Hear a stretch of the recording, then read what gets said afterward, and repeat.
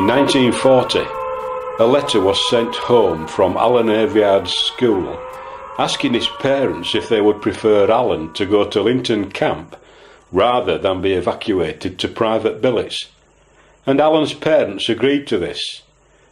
So in July 1940, off he went, aged just 13. The letter read, Princeville Modern School, Bradford, 20th of June 1940. Important notice. Dear parent, it is hoped that arrangements will shortly be made for the occupation by Bradford children of one of the National Camps Corporation's newly built camp at Linton in Wharfdale.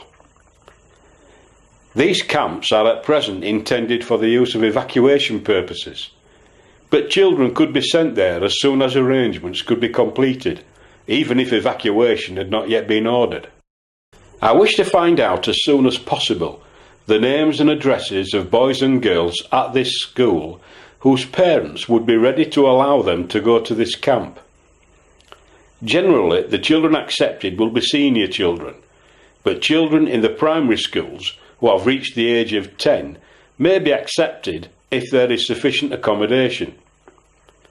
It is expected that the children going to the camp would be chiefly those already registered for evacuation, but as the possibility of life under very favourable camp conditions may appeal to some parents who have not wished their children to go into private billets, the list will not be in any way restricted to those already registered. The camp at Linton was recently completed and consists of very substantial fire-resistant wooden buildings with admirably equipped dormitories. It has an assembly hall, dining hall, modern kitchens, ablution blocks with toilets, showers and baths, a hospital block, all with modern central heating, etc.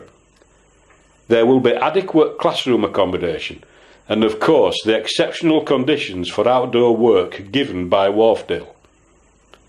I should be glad if you will let me know, not later than tomorrow, Friday the 21st of June, whether you wish your child to take advantage of this scheme. Yours faithfully, R. Thornton, Headmaster. The headmaster wanted an answer the following day, so Alan's parents had to make the right decision very quickly. They agreed that this would be a good opportunity for Alan, as he would be safer there should Bradford suffer heavy bombing from the Nazis. The confirmation letter advising Alan had been allocated a place at Linton arrived on the 3rd of July 1940. Included was a list of items that Alan should pack and bring with him on the pick-up day. It is interesting that this kit must include a gas mask and ration book. It also advises of payment that had to be made of 6 shillings or 30 pence in today's money per week. This could be means tested in order to obtain remission if justified. The confirmation letter read thus: City of Bradford Education Committee, Town Hall Bradford, telephone 7066. All communications to be addressed to the Director of Education. 3rd of July 1940. Dear Sir or Madam, 1. Your child, Alan Aveyard, has been provisionally accepted for evacuation to the Linton Camp School. Will you please read this letter carefully and then complete and return through the school the form below. 2. The journey to the camp will be made on Wednesday the 10th of July. Details of assembly place and time will be given to you later. 3. A medical examination of all children going to the camp will be carried out on Monday the 4th of July. Details will be given later. 4. Each child should take with him to the camp the following articles: gas mask, identity card, ration book, spare shirt, change of underclothing, pyjamas or night attire, handkerchiefs, spare stockings or socks, house shoes or plimsolls, warm coat or mackintosh, toothbrush and paste, comb and hairbrush, swimming costume, towels. He should wear his warmest and thickest boots and shoes for the journey. The best possible clothes for the camp will be a pair of shorts, a cricket shirt, belt and rubber shoes. All clothing and personal property should be clearly marked with the owner's name or initials. The other clothes that he will need should be sent on later. 5. The head teacher at the camp will arrange parents' visiting days at suitable intervals, probably one each month. Parents are advised not to visit the camp except on these days. 6. As there are rather more applicants than can be accommodated, it may be impossible at the moment to take all the 10-year-olds. If this is so, their names will be kept on a waiting list. 7. The amount to be paid by parents will be that normally payable under the evacuation scheme, i.e. 6 shillings per week for each child, unless an examination of financial circumstances shows that a reduction of remission is justified. Yours faithfully, Director of Education, Bradford. We were picked up by a fleet of coaches and taken what seemed miles and miles into the countryside. On arrival, we were frog marched to the assembly hall, where we were divided into boys and girls by age group. There were 6 dormitories, with girls in dorms 5 and 6 and boys in dorms 1 and 2. But that didn't quite work out, so dorm 4 was divided in half, with the older boys in one half and the older girls in the other.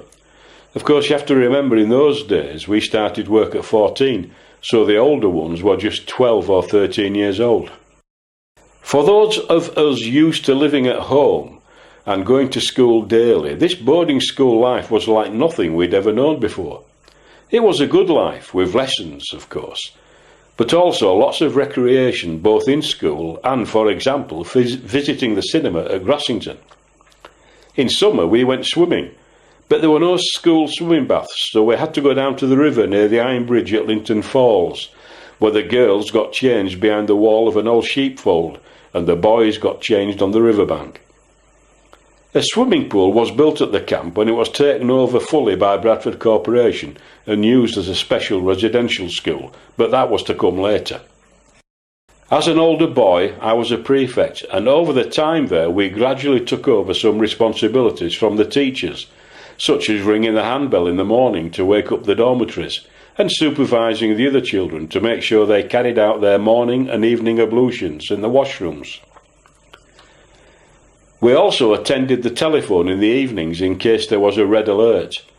This meant that there was a possibility of an air raid, when we would alert the teachers, who would then shepherd all the children into the air raid shelters. To begin with, the shelters were dug out of the ground and lined with corrugated iron, and were very dark and claustrophobic, although later on proper ones were built. You might wonder why there would be air raids so far out in the country. I can only think that with our lines of dormitories and other buildings, we might have looked like an army camp to someone flying overhead. Our parents were allowed to visit us once a month, and I remember one month my dad bringing me a bike. He had to remove the front wheel to get it on the bus. Here we have a letter from Mr. Sternwhite, who was headmaster at Linton, to Alan's parents upon his leaving school, well past his 14th birthday in 1942. Also a school reference which shows Alan to have been a highly valued pupil who showed lots of promise and will, according to Mr. Sternwhite, do well. The first letter says, "Hello, Mrs. Aveyard. Any time you're in this vicinity at all, please come and see me about Alan. He was a splendid boy, and I would have been glad if he could have stayed longer. I should be glad to know what sort of work he gets. Tell him to write to me. If he fails to get suitable employment, send him back until May, if he would like to come, that is. I think it could be arranged with the Education Department. We will see to his parcel of clothes as soon as the van can get through. Many thanks for your good wishes. Yours sincerely, William Sternwhite, 5th of February 1942. The other letter is a personal reference.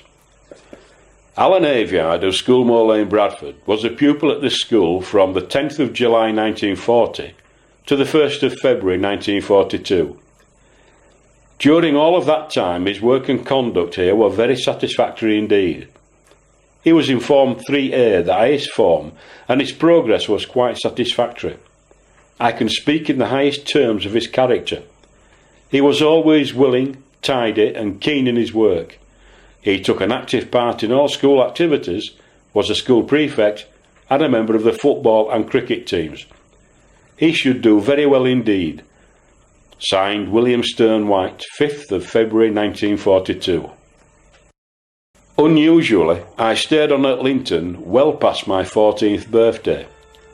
Then, when I went home, I was fortunate to gain an apprenticeship with Sharpen Law in Bradford, which I started in 1942 and continued until they closed in 1991.